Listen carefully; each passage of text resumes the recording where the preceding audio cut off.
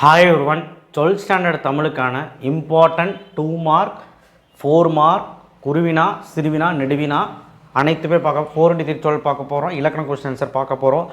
And உங்களுடைய 7-14 பார்க்க போகிறோம். 90 மார்க் எடுக்கிறதுக்கு என்னெல்லாம் பண்ணலாம்? கடைசி நிமிஷம் ஒரே நாள், அதாவது 1.5 நாள். இன்றைக்கி சாயங்காலமும் உங்களுக்கு நாளைக்கு ஒரு நாள் டைம் இருக்குது.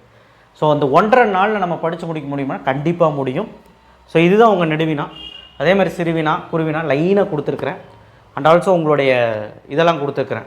1 மார்க்ஸ் 2 மார்க்ஸ் எல்லாமே கொடுத்துருக்கேன். 1 மார்க் வந்து புக்கின் புக் பேக் நல்லா படிச்சிருங்க. புக் பேக் 10-9 கேட்டுருவாங்க. பட் புக்கின் நீங்கள் வந்து கட்டாயமாக படித்த நூல்வெளி நுழையும் முன் அந்த விஷயங்கள்லாம் பார்த்துடணும். ஸோ சப்ஸ்கிரைப் பண்ணலாம் பண்ணுங்கள். வாட்ஸ்அப் சேனல் லிங்க்கில் வந்து ஜாயின் பண்ணுங்கள். கண்டிப்பாக அந்த லைக் பட்டன் கிளிக் பண்ணிங்கன்னா எல்லாத்துக்கும் போய் சேரும். லைக் பட்டன் போடுங்க. ஹாஃப் இயர்லி டைமில் நீங்கள் தான் என்னை வந்து சப்போர்ட் பண்ணணும். சரி, இயல் 1 கண்டிப்பாக வந்து நெடுவினா வந்து பார்த்திங்கன்னா உரைநடை ஃபஸ்ட்டு கொடுத்துருக்குறேன். அடுத்து செய்யுள், அதுக்கப்புறம் துணைப்பாடம். ஸோ நெடுவினா வந்து பார்த்திங்கன்னா உரைநடையில் மயிலை சீனி வெங்கடசாமி, நீங்கள் வியந்து பார்த்த நகரம், குடும்பம், பண்டைய கால கல்வி, இந்த 4 மட்டும் படித்தாலே போதுமானது. உங்களால் ஒரு நெடுவினா எழுத முடியும். உரைநடையில் செய்யுளில் தமிழின் சீரழமை, செய்நின்று எறிதல், சினம், அறிவுடைமை, திருக்குறள் வாழ்வியல், இந்த திருக்குறள் கொஸ்டின்ஸை 4மே படிச்சிருங்க. அடுத்து சென்னையில் உள்ள மயிலாப்பூர், அது ஈஸி, அரங்கின் அமைப்பு. ஸோ மொத்தமாக ஒரு 7 கொஸ்டின், ஏன்னா அந்த திருக்குறள் கொஸ்டின்ஸ் இருக்கனால ஆட் ஆச்சு. ஸோ இதை நீங்கள் படிச்சிங்கன்னா ஒரு டீட்டெயில் எழுதிடலாம். ஏன் 2 கூட வரும், 1 எழுதிடலாம். துணைப்பாடம் பாரதியின் கடிதம், பொறுப்புணர்ச்சியின்றி, உரிமை தாகம், நடிகர் திலகம், இதை நீங்கள் படிச்சிங்கன்னா ஒரு டீட்டெயில் எழுதிடலாம். ஸோ இது நீங்கள் இப்படி பிரித்து படிச்சிங்கன்னா கொஞ்சம் ஈஸியாக இருக்கும். ஸோ எந்த டீட்டெயிலாக இருந்தாலும் சரி 6 மார்க் வேணும்னா குறிப்பு சட்டகம் போட்டு சைட் ஹெட்டிங் போட்டு அருமையாக ஒரு 3 பாயிண்ட் எழுதிட்டு வாங்க. கண்டிப்பாக உங்களுக்கு கண்டிப்பாக நல்ல மார்க் கிடைக்கும். ஒரு 1.5-2 பக்கம் எழுதுகிற மாதிரி பார்த்துக்கோங்க. 6 மார்க்ஸ். அடுத்தது நெடுவினா முடிஞ்சு. அதுக்கு அடுத்தது சிறுவினாவில் உரைநடை எழுதணும். 4 கொடுத்து 2 எழுதணும். 9 கொஸ்டின் கொடுத்துருக்கேன். மயிலி சீனி வெங்கடசாமி, சென்னையில் பண்பாட்டு, இதெல்லாம் வந்து செகண்ட் இயல். இங்கே போட்டிருக்க பாருங்க இயல். சென்னை அறிவின் நகரம் ஏன் அப்படின்னு சொல்கிறாங்க, 2வது இயல். பண்டை விருந்து குடும்பம் 3வது இயல். மனந்தங்கம் என்றால் என்ன விளக்குக 3வது இயல். நீங்கள் ஆசிரியரானால் 4வது இயல். மனநில் எழுதிய முதல். ஸோ இதுவும் வந்து உங்களுக்கு ஈஸியான கொஸ்டின் தான், டீட்டெயிலே இருக்குது. 4வது இயல். திரைப்படத்தின் காட்சி ஆற்றலை 5வது இயல். அடுத்து வேளாண் மேலாண்மை 6வது இயல். ஸோ இந்த 9 கொஸ்டின் படித்தா 2மே எழுதிடலாம். 9 ஜாஸ்தி. எதுக்கு நான் கொடுத்துருக்கேன்னா நீங்கள் படிங்க, பப்ளிக் இம்பார்ட்டண்ட்டாக இருக்குல்ல, அதனால். அடுத்த செய்யல 4×2 8. ஒரு இடம் சொட்டி பொருளுக்குன்னு ஒன்று கண்டிப்பாக கேட்டுருவாங்க. அதில் என்னெல்லாம் இருக்குன்னு பாருங்கள். ஃபஸ்ட் ஒன்று எங்குளநீர், அதுக்கப்புறம் செம்பருதி இல்லை, வருபவர் எவராயினும் இடம் சொட்டி பொருளுக்கு 3rd இயல். அப்புறம் லாஸ்ட் இயரில் ஈசன் மகன் நின்றனர், இது இடம் சொட்டி. இந்த 3 இடம் சொட்டி பொருளுக்கு ஒன்று கேட்டுருவான். இருந்தாலும் நீங்கள் எக்ஸ்ட்ரா படிக்கிறது நல்லது. செம்பருதி மலைமேட்டில் ஃபஸ்ட் இயல் ஈஸி. வாடகை காலத்து கோவலர்கள் ஈஸி. சினத்தால் வரும் கெட்டினை ஈஸி. குகனோடு அவிராவி விடனோடு அதுவும் ஈஸி. அடுத்து ஒருமுக எழினி பெருமுக எழினி கண்டிப்பாக இம்பார்ட்டன் 4வது இயல். ராமலிங்க அடிகள் 5வது இயல் இம்பார்ட்டன்ட். மாளாத காதல் நோயினால் 5வது இயல் இம்பார்ட்டன்ட்.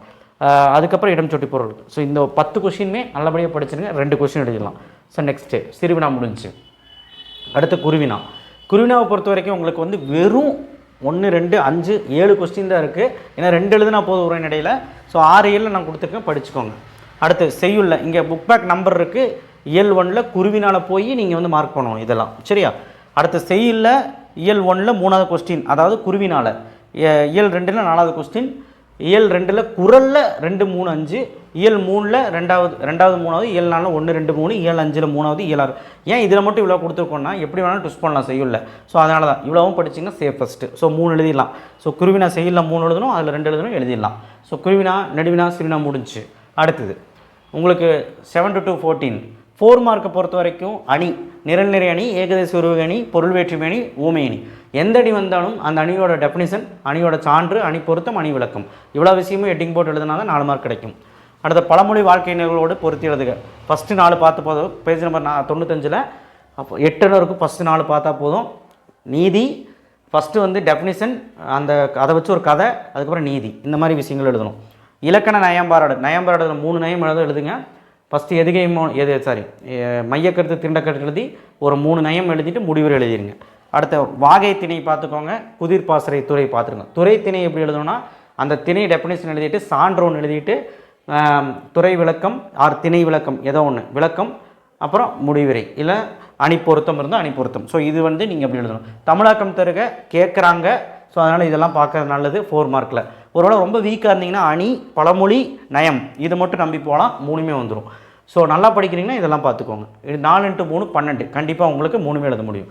அடுத்த பயிற்சி வந்து 7 × 2 14. ஸோ பயிற்சி வந்து பார்த்திங்கன்னா ஊமை தொடர் சொற்றொடராக மாற்றுக, பேஜ் நம்பர் 19. குறிப்புகளை மறந்திருக்கும் தமிழறிஞர்கள் இம்பார்ட்டன்ட், பேஜ் நம்பர் 19. மயங்கொழி சொற்கள் பேஜ் நம்பர் 40. 4 சொற்களை கொண்டு ஒரே தொடரில் அமைக்க பேஜ் நம்பர் 41. ஸோ இதெல்லாமே உங்களுக்கு வந்து ரொம்ப ரொம்ப இம்பார்ட்டன்ட், 2 மார்க். சரிங்களா? அடுத்தது பிரித்து சேர்த்து தொடரமைக்க கண்டிப்பாக வரும், பேஜ் நம்பர் 66. வள்ளிமைகளை எட்டும் நீக்கி உள்ளது, பேஜ் நம்பர் 69. பொருத்தமான வேற்றுமை உறுப்பு, பேஜ் நம்பர் 70. மரபு பிழை நீக்க எழுதுக, பேஜ் நம்பர் 94. தொடரில் உள்ள பிழை 95. இதெல்லாம் சப்பையாக எழுதிடலாம். சொல்லை பிரித்து சேர்த்து தொடரமைக்க இதுவும் கண்டிப்பாக ஒரு, பேஜ் நம்பர் 96. பொருள் வேற்றுமை அறிந்து வேறுபாடு அறிந்து தொடரமைக்க இதுவும் கேட்பாங்க, பேஜ் நம்பர் 126. பேச்சு வழக்கு எழுத்து வழக்காக மாற்ற, பேஜ் நம்பர் 126. பெயர் சொல்லை தொடர்களுக்கு ஏற்றவாறு மாற்றுக, பேஜ் நம்பர் 126. மரபு சொற்களை தொடரமைக்க, பேஜ் 149. மரபு பிழை நீக்கி எழுதுக, பேஜ் நம்பர் 149. கலைச்சொல் எல்லாத்துலேயுமே பார்த்துருங்க, கலைச்சொல் 2 மார்க்கு. கலைச்சொல் எல்லா எல்லையுமே பார்க்கணும். புணர்ச்சி விதி பகுபத உறுப்புகளும் தரம்னு சொல்லியிருந்தேன், இன்னும் தரலை. கண்டிப்பாக உங்களுக்கு நாளைக்கு தந்துடுறேன், அதுக்குள்ளே நீங்கள் எல்லாம் படித்து முடிச்சிருங்க. அதில் நீங்கள் ஒரு 6 தருவேன், அதை மட்டும் படிச்சிங்கனாலே போதும், வந்துடும். ஸோ இந்த விஷயங்கள்லாம் பண்ணிட்டீங்கன்னா உங்களுக்கு ஓகே. அடுத்து இலக்கண தேர்ச்சிக்கோள் கொஷின் ஆன்சர் இருங்க. இலக்கண தேர்ச்சிக்கோள் கொஷின் ஆன்சர் இருக்குது. இந்த இலக்கண தேர்ச்சிக்கோள் கொஷின் ஆன்சரில் இலக்கண தேர்ச்சிக்கோளில் 1 மார்க்கும் பார்த்துருங்க, ஏன்னா அதுவுமே 1 மார்க்கில் உங்களுக்கு கேட்பாங்க. நீங்கள் புக்கின்னு நினச்சிடாதீங்க.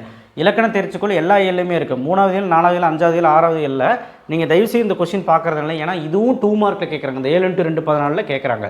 ஸோ அதனால் இந்த விஷயங்கள் பார்க்கணும். 90 மார்க் அடிக்கணும், 85க்கு மேலே அடிக்கணும் அப்படின்னா இதெல்லாம் பார்க்கணும்.